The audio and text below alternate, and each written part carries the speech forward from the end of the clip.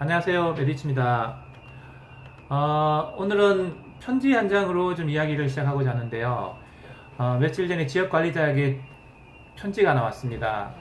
미국 홈스테이 가족이 본인에게 보낸 걸 저한테 다시 보내준 거죠.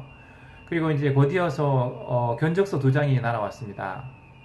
이 내용을 이렇게 정리하자면 이렇습니다. 저희 학생이 이제 이 집에서 홈스테이를 하고 있는데요. 이 학생이 쓰는 화장실 변기에서 물이 넘쳤는데 이걸 하루 동안 방치하는 바람에 화장실이 물론이고 침실 카펫까지 오염이 됐다는 겁니다. 그래서 전문가를 불러가지고 화장실을 청소하고 방 카펫도 이제 새로 교체를 해야 되는데 이걸 견적을 내보니까 200만 원이 넘는 어떤 금액이 나왔다는 겁니다.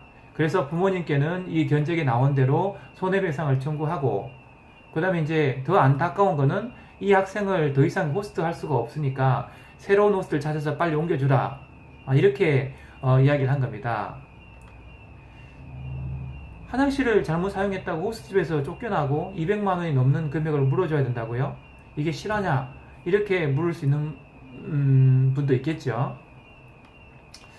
근데 이제 사실은 이 문제를 접근하기 위해서는 한국과 미국의 어떤 화장실이 크게 다르다는 걸 이해를 해야 됩니다. 사실은 밑바닥부터 다른 거죠.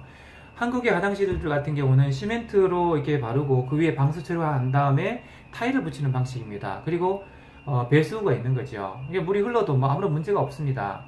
그런데 미국 화장실 같은 경우는 나무바닥 위에서 시트나 타일을 붙이는 방식입니다. 결국 배수구가 없고 물이 넘치면 대책이 없는 거죠.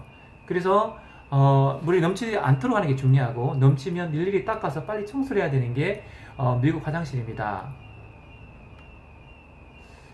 그러다 보니까 이제 이 학생 같은 경우도 이제 이게 제대로 이제 이런 미국 화장실을 사용하지 못하다 보니까 거의 뭐 1850불, 한 200만 원이 넘는 어떤 금액이 청구가 된 거고요.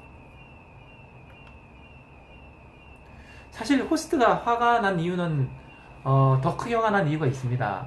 이제 호스트가 물은 거죠. 언제부터 물이 넘쳤냐, 왜 바로 이야기하지 않았냐, 이렇게 여러 번 물었는데 이 학생의 대답이 뭐 피곤해서 잠을 잤다, 혹은 그 다음 날은 두려워서 말을 하지 않았다, 이렇게 해서 시간이 하루가 지나간 데 있다는 겁니다.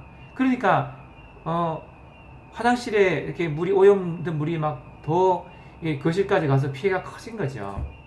사실 이 학생뿐만 아닙니다. 이게 화장실 사용을 잘못하면 이런 일이 유학생 누구에게나 있기 때문에 이거는 굉장히 중요한 일입니다.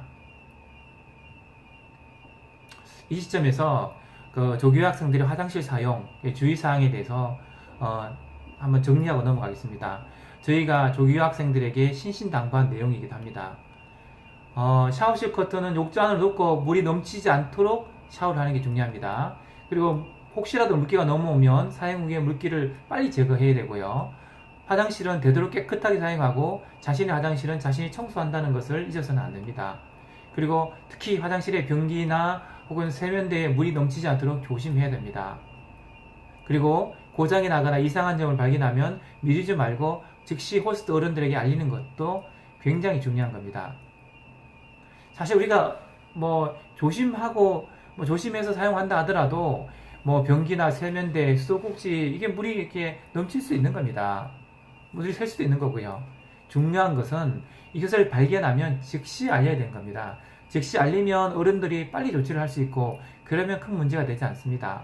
근데 피곤하니까 내일 알려야지, 혹시 내가 꾸중들이면 어떨까, 어떻게 할까, 이런 이유 때문에 미루고 미뤄서 시간이 지나게 된다면 더 큰 일이 벌어지는 거죠. 본인이 어떤 책임질 수 없고 이것을 고칠 수 없는 부분이라면 1분이라도 빨리 알리는 게 정말 중요한 겁니다.